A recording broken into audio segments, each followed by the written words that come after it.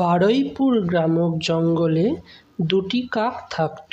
তারা দুই ভাই ছিল, বড় ভাই রাজা এবং ছোট ভাই গজা।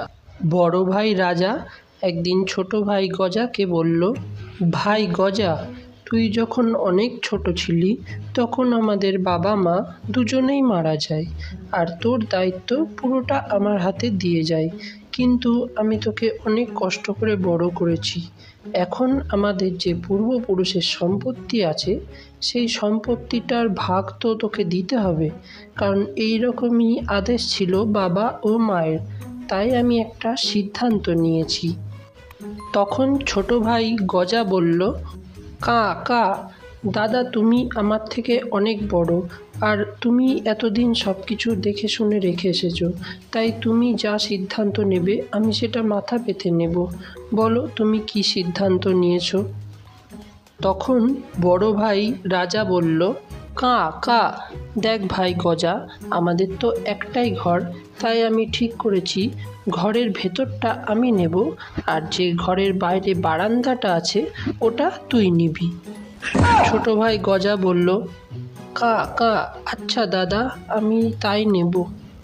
আর তারপরে বড় ভাই রাজা বলল, আর আমাদের যেই উঠোনে বড় আম গাছটা আছে ওই আম গাছটার ওপর দিকটা নেব আমি, আর নিচের দিকটা মানে গোড়ার দিকটা নিবি তুই।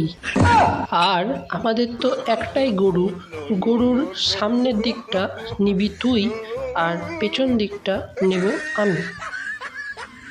কা আচ্ছা দাদা, তুমি যা বলবা তাই হবে।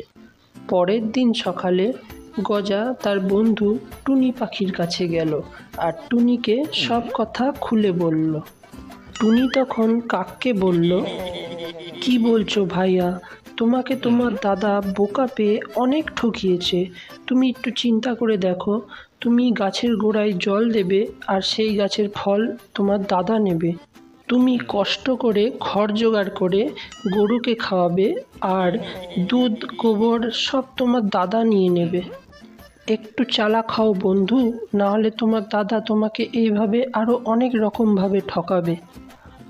কা কি করি বলো টুনি ভাইয়া, সে তো আমার দাদা, সে আমার থেকে অনেক বড়, তার মুখের উপর কথা বলি কি করে আমি, তুমিই বলো। শোনো ভাই কাক, তোমাকে তোমার দাদার মুখের ওপর কিচ্ছু বলতে হবে না, আমি তোমাকে কিছু কথা শিখিয়ে দিচ্ছি, তুমি সেই মতন কাজ করো, দেখো তোমার দাদা এমনি জব্দ হয়ে যাবে, আর সে সব কিছু তোমাকে সঠিক ভাগ দেবে। যখন তোমার দাদা গাছে ফল পাড়তে উঠবে তুমি তখন গাছের গোড়াটা কেটে দেবে।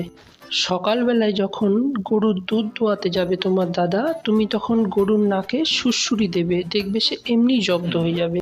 পরের দিন সকালবেলা কি হলো, টুনটুনি পাখি যা যা শিখিয়ে দিয়েছিল কাক ঠিক সেই কাজটাই করলো। তখন ভাই গজা, আমি বুঝতে পেরেছি ভাই, তোকে বোকা পেয়ে আমি অনেক ঠকিয়েছি, কিন্তু আর না, এবার তোকে আমি তোর সঠিক সম্পত্তির ভাগ বুঝিয়ে দেব ভাই, তুই শুধু পারলে আমাকে ক্ষমা করিস ভাই। এই ঘটনা থেকে আমরা কি শিখলাম, যে বেশি লোভ ভালো না, বেশি লোভ করলে সবসময় নিজেরই ক্ষতি হয়। তো বন্ধুরা, গল্পটি যদি ভালো লাগে প্লিজ একটা লাইক করে দাও আর চ্যানেলটি সাবস্ক্রাইব করে দাও।